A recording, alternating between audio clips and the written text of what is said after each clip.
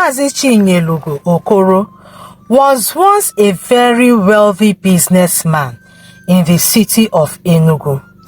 His city mansion was grand, his compound full of workers and cars, and his name respected everywhere.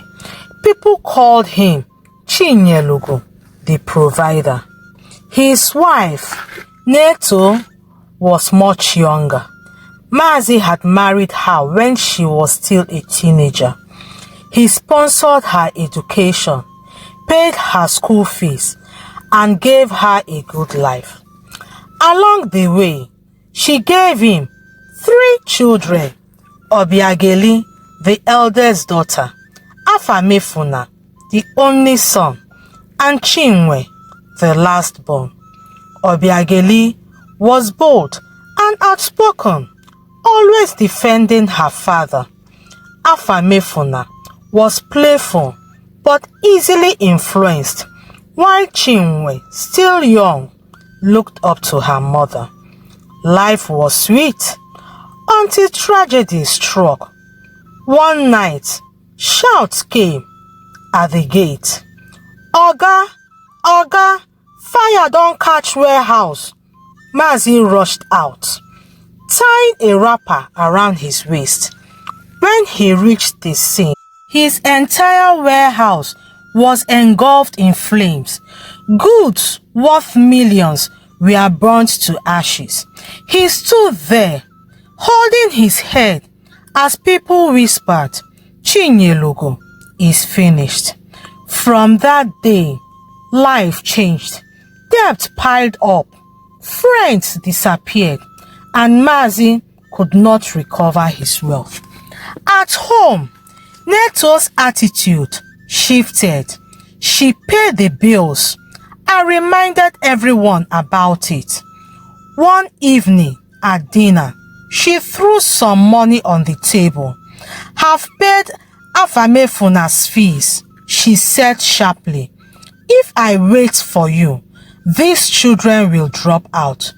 "Neto," Mazi pleaded, "must you talk this way in front of them? Is it a lie?" She snapped. Obiageli, sitting beside him, spoke firmly. "Mama, that's unfair. Papa didn't choose this. He worked hard for us." "Shut up," Neto shouted, always talking back. From that day, she openly disrespected her husband. She brainwashed Afamefuna and Chinwe, telling them, "Don't end up like your father. He failed us. Depend on yourself." Obiageli never agreed. She defended her father at every chance. One night, after another round of insults, Mazi packed his bag. Obiageli begged him not to go. "My daughter," he said softly, "I cannot live where there is no respect. Be strong." He left for the village. Neto folded her arms and hissed, "Good riddance to bad rubbish." The house grew colder. Neto held the children close. Except Obiageli, their quarrels became constant. One day, Neto lost her patience. "Leave my house," she shouted. "Go to your useless father." Obiageli held her small bag and replied, "I will. At least I'll have peace with him." She left for the village. Mazi was shocked to see her at the gate of his run-down mansion. "My daughter, why are you here?" "Mama threw me out, but I'm happy, Papa. I'd rather be here with you than there with her insult." Mazi hugged her tightly. Together, they started a humble life. Obiageli found work in a small factory. Every morning, she woke early, swept the compound, cooked for her father, and walked to work. She packed clothes, folded fabrics, and carried heavy loads. It was hard, but she never complained. Papa, she often said, one day this will change. 2 years later, tragedy struck again. Mazi's health failed. He coughed endlessly, grew weaker, and one morning he passed away in Obiageli's arms. She cried bitterly, Papa, please don't leave me alone. At the burial, Neto arrived with Afamefuna and Chinwe. They showed no real emotion. After the ceremony, Neto looked at her daughter coldly. Stay here in this broken house. Since you love your father so much, you can be the chief security officer of his realms. Obiageli stood quietly, wiping her tears. From then on, she stayed alone in the village. One afternoon, a knock came at the gate. Obiageli opened it and saw a young man holding a bag of food. Good afternoon, he said. I am Obinna Moneke. I came to greet Mazi Chinyelugu.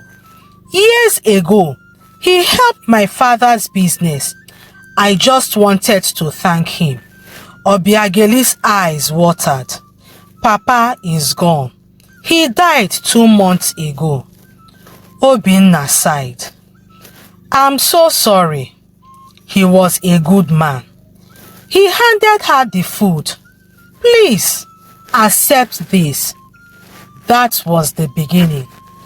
Obinna visited often, bringing food or simply sitting to talk. They became friends, sharing stories under the mango tree. You've suffered so much, he told her, but you are still standing strong. What choice do I have? She smiled softly. Months later, Obinna proposed. Obiageli, I want to spend my life with you. You are strong, kind, and everything I prayed for. Tears of joy rolled down her cheeks. Yes, Obinna, I will. Their wedding was simple but joyful, filled with dancing and laughter. After marriage, Obinna encouraged her to return to school. She studied while also learning the textile business. Instead of working in a bank like her mother, she chose entrepreneurship. She started small, sewing wrappers and dresses. Soon her quality and honesty attracted customers. Others grew. With Obinna's support, she expanded into a factory. Workers filled the hall. Sewing machines burst, and fabrics lined the shelves.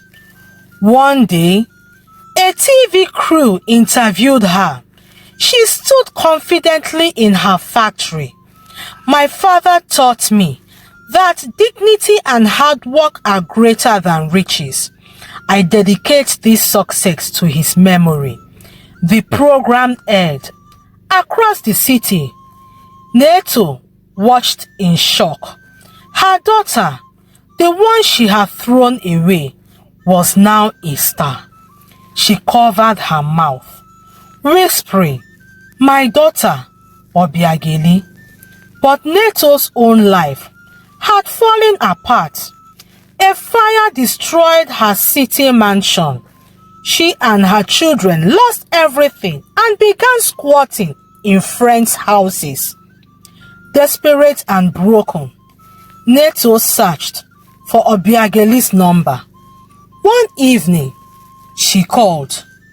Hello, Obiageli answered coldly. Neto's voice shook. My daughter, please forgive me. I wronged you. I wronged your father. Please give me another chance. Obiageli's voice trembled with anger. Mama, you insulted Papa until his death. You threw me out like trash. Do you know what I suffered? She ended the call. That night, Obinna found her sitting quietly. My love, he said, forgiveness is not for her alone. It is for you. Don't let bitterness rule your life. His words touched her. After some days, she made a decision. She renovated her late father's mansion in the village. New paint, new roof, flowers in the compound. It looked alive again. When Neto and her children arrived, they were shocked. Obiageli stood at the gate. This is not a reward. It is a second chance. In this house, respect must live. No more insults, no more pride. Neto broke down in tears. Thank you, my daughter. Afamefuna and Chinwe apologized too. Slowly, the family healed. Obiageli used her influence to secure good jobs for her siblings. Neto became humble, no longer proud or boastful. The family gathered around a big dining table in the renovated mansion one evening. Laughter filled the air. For the first time in years, they ate as one. On the wall hung a framed photo of Maazi Chinyelugo Okoro smiling down at them. Obiageli looked at the picture and whispered, Papa, I did it. We are together again. Obinna held her hand. He is proud of you. And peace returned to the Okoro family.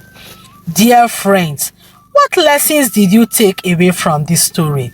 Share your thoughts with me in the comments. I'd love to hear from you. If you enjoyed the story, give it a like, share it with your loved ones, and subscribe to my channel. Don't forget to turn on the notification bell so you won't miss the next story. Thank you for watching, and remember, every tale carries a lesson if only we choose to listen. Until I bring another true life tale your way, bye-bye.